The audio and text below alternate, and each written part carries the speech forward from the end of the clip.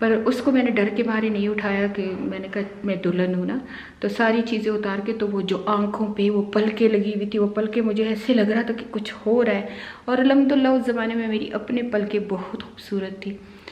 میں نے بس سارا کچھ اتار کے منہ اچھی طرح سے صابن سے دھو لیا تھا۔ میری امی آئی اندر، میری امی آئی مجھے دیکھ کے کہتی ہائے ہائے سبھی میری امی نے میں نے کہا مجھے نہیں اچھا لگ رہا یہ، میں نے کہا مجھے تو اس عورت نے، میں نے کہا ایسے بنایا جیسے مجھے آٹے کے اندر کیا ہو۔ الحمدللہ میں خود بھی گوری تھی بہت زیادہ، اور اس نے مجھے اتنا گورا بنایا تھا۔ اس نے تو میری آنکھوں پہ لال، پیلے، بلو، جتنے کلر لہنگے میں تھے وہ سب میری آنکھوں پہ لگائے تھے۔ ابھی تک مجھے یاد ہے کہ کاش میں ان دنوں بلاگ بنا رہی ہوتی تو میں دکھاتی آپ کو کہ آپ کی ماما جو ہے وہ ڈرونی سی کوئی بھوتنی لگ رہی تھی۔ میں نے خیر وہ دھو لیا تھا۔ ایک یہ بھی قصہ، اس طرح کے ہزاروں قصے ہیں اس دن کے اور اس ویک کے جو کہ میری بک میں آ رہے ہیں، وہ آپ کے لیے سرپرائز ہوگا، ورنہ میرا بک خریدے گا کون؟ ایویں میں بک پہ اتنی محنت کروں اور آپ لوگ بس بلاگ میں دیکھ کے بک بھی نہ خریدو، بک آپ کو خریدنی پڑے گی۔ لیکن یہ میرا اللہ سے وعدہ ہے اور آپ لوگوں سے وعدہ ہے، اس بک سے جتنی بھی آمدنی ہوگی وہ صرف اور صرف اسپیشل نیڈ چلڈرن، جو کہ اسپیشل چلڈرن ہیں، اس کے کام آئیں گے انشاءاللہ تعالی۔ یہ میرا اللہ سے اور آپ لوگوں سے وعدہ ہے، دیکھ لینا۔ اینی چھوٹے چھوٹے قصے وہاں ہوتے رہے، جیسے کہ میں نے آپ کو بتایا میری بھابھی کا بھائی اندر آیا، وہ بہت ماڈرن سا تھا، اس نے گندی سی ٹوپی پہن لی تھی کیونکہ میرا نکاح کا وہ ولی بھی رہ چکا تھا۔ اس کو دیکھ کے میں دلہن بنی ہوئی تھی اور بس سارے لوگوں کے درمیان بیٹھی ہوئی تھی جو میرے اپنے تھے، ایک میرا چاچو بھی بیٹھا ہوا تھا، اور میں نا کا کر کے ہنسنے لگی۔ میں نے کہا یہ دیکھو جہاں زیب لالا کی ٹوپی دیکھو کتنی بدصورت ہے۔ میری بھابھی نے چنٹی سے کاٹ دی، مجھے کہتی چپ کرو دلہن ہو تم میں جلدی سے چپ کر گئی۔ اینی شادی ہوئی، بربادی ہوئی، یا اچھا ہوا یا برا ہوا یا نیک ہوا، شادی ہو گئی۔ مجھے میرے بھائی لوگ اٹھا کے اس ڈولی میں، میرے ابو کے ہی دوسرے گھر میں، مجھے ایک چھوٹا سا گھر تھا کہ فلیٹ تھا کہ کیا تھا، لیکن میرے ابو کے ساتھ کونے میں تھا، اس میں مجھے لے گئے، مجھے بٹھا دیا۔ نہ میرے ساتھ کوئی بندہ، نہ بندے کی ذات، نہ نن، نہ ساس، نہ سسر، نہ عورتیں، نہ سہیلیاں، نہ جیسے کہ میری بھابیاں ہمارے گھر آتی تھی تو وہ شور شرابہ ہوتا تھا، کوئی راستہ روکتا تھا، کوئی بھائیوں سے پیسے مانگتا تھا۔ مجھے یاد ہے کہ مجھے بھی میری خالہ کہتی تھی کہ راستہ روک لو بھائی تمہیں پیسے دیں گے، پھر بھابھی کی گود میں بچہ دیتے تھے۔ ہمارے پٹھانوں کی بھی چھوٹی چھوٹی رسمیں ہیں، لیکن میری شادی بالکل سنت کے برابر، سنت کے طریقے سے۔ شاید میں کبھی کبھی سوچتی ہوں شاید اللہ چاہتا ہی نہیں تھا کہ میری شادی ان سب بدعتوں کی ساتھ ہو، بس اللہ شاید چاہتا تھا میری شادی سمپل سنت کے طریقے سے ہو۔ یہ بھی بات ہو سکتی ہے، ہو سکتا ہے میری شادی میں کچھ بھی نہیں تھا، کچھ بھی نہیں تھا، کچھ بھی نہیں تھا۔ تو حق مہر میرے ابو نے لکھوایا تھا، بڑا سارا حق مہر لکھوایا تھا، لیکن وہ بھی بعد میں مجھے خان نے کچھ کہہ دیا تھا اور وہ پیپر میں نے پھاڑ دیا تھا۔ وہ بھی بعد میں آپ کو پارٹ 3 میں بتاؤں گی۔ وہی پارٹ 2 میں قصہ ختم کرنے والی نہیں ہوں، نہیں تو میرے بلاگ کون دیکھے گا؟ ریسیپی والے آپ دیکھتے نہیں ہو تو یہ اسٹار پلس ڈرامے والا تو چلتا رہے نا، چاہے آپ لوگ دیکھتے رہو، اور کم سے کم میرا دل تو خوش ہو کہ کچھ تو یہ لوگ دیکھتے ہیں۔ چلی گئی میں دوسرے گھر، اتنی اداسی تھی۔ خان کی جو خان کی کزن تھی وہ میری بھابھی تھی، وہ آئی میرے پاس بیٹھی رہی، گپ شپ لگاتی رہی۔ چھوٹی تھی میں، بہت ہی معصوم تھی، وہ میرے ساتھ بیٹھی تھی۔ مجھے اس نے پیار ویار بھی بہت کیا۔ وہ میرے تیسرے نمبر بھائی کی بیوی تھی اور میری اچھی بھابھی تھی، تب تو وہ بہت اچھی تھی۔ تو اس نے مجھے بہت پیار کیا اور اس کو میں اپنی ماں کی طرح سمجھتی تھی، کیونکہ وہ بھائی مجھ سے 15 16 17 سال بڑا ہے میرے خیال میں، اللہ مجھے غلط نہ کرے۔ تو اس بھائی نے تو ہمیشہ مجھے بچہ کہہ کے بلایا تھا، مجھے کبھی سبو کہتا تھا یا سبیہ یا بہن یا ایسے کر کے نہیں بلایا تھا، وہ بھائی مجھے ہمیشہ بچہ کہہ کے بلاتا تھا۔ اور میں یہ کہوں گی کہ اللہ تعالیٰ ہر کسی کو ایسا بیٹا اور ایسا بھائی دے جو میرا تیسرے نمبر کا بھائی تھا۔ میں کہتی ہوں کہ وہ ایسے تھا کہ میری امی اور ہم دونوں بہنوں پہ جان دینے والا، بلکہ بھائیوں پہ بھی جان دینے والا بھائی تھا۔ تو بھابھی نے مجھے کہا، میں نے بھابھی کو کہا بھابھی میں نے اپنے گھر جانا ہے، تو بھابھی نے مجھے ڈانٹا بھی، تھوڑا غصہ بھی کیا، اور میری بھابھی غصے والی بھی بہت ہے، کہتی بچوں والی باتیں نہ کرو، پہلے تو تمہیں بہت ارمان تک کہ خان کی بیوی بنو، خان کی بیوی بنو، اب بن گئی ہو تو بس اب بیٹھو ادھر۔ تو میں نے کہا بھابھی یہ کپڑوں میں مجھے ایسے کھجلی ہو رہی ہے، کہتی اچھا اتار دو، ایسے سمپل سے۔ میں نے کہا نہیں بھابھی مجھے امی کا سوٹ لا کے دے دو، کیونکہ میں ہمیشہ جب سوتی تھی نا تو ایک کھلا سا میری امی میرے لیے فراک سا بنایا کرتی تھی، میں اس میں سوتی تھی، یا پھر اگر لیزی ہوتی تھی تو میری امی کیونکہ کافی ہیلدی تھی تو میں اپنی امی کا لون کا سوٹ پہن کے سوتی تھی، اور میں اس میں بہت کمفرٹیبل ہوتی تھی۔ میری امی کی شلوار بیلٹ والی نہیں ہوتی تھی، سادہ شلوار، اور بہت کھلے کھلے کپڑے وہ پہنتی تھی۔ میری امی پہ تو میں 3 کتابیں لکھوں کہ وہ کیسی عورت تھی، میں کیا بتاؤں وہ کیسی عورت تھی، میں نے اس جیسا کوئی نہیں دیکھا۔ وہ ایسی عورت تھی کہ اس کی بہویں ابھی تک 5 بہویں ہیں اس کی، اور ابھی تک وہ 5 بہویں اس کے لیے خیرات کرتی ہے، اس کے لیے روتی ہیں، وہ کہتی ہیں ہماری ساس ایسی تھی، ہماری ساس ایسی تھی۔ اینی وے میں نے بھابھی کو کہا مجھے امی کا سوٹ لا کے دے دو، میری بھابھی گئی امی کا سوٹ لا کے دے دیا مجھے، میں نے وہ پہن لیا۔ یہ تھی میری شادی، میں نے سوٹ پہن لیا، اور خان اپنے دوستوں کے ساتھ تھا، اور صبح سویرے بچپن سے مجھے عادت تھی، میں نماز کے لیے صبح اٹھا کرتی تھی، لیکن نماز کے بعد پھر سو جایا کرتی تھی، پھر اسکول کے لیے اٹھا کرتی تھی۔ اور جن دنوں میں میری شادی ہوئی میں صرف اور صرف کلاس 10 میں تھی، لیکن ابھی میں نے ایگزام نہیں دیا ہوا تھا، یعنی کہ GCSE کر رہی تھی۔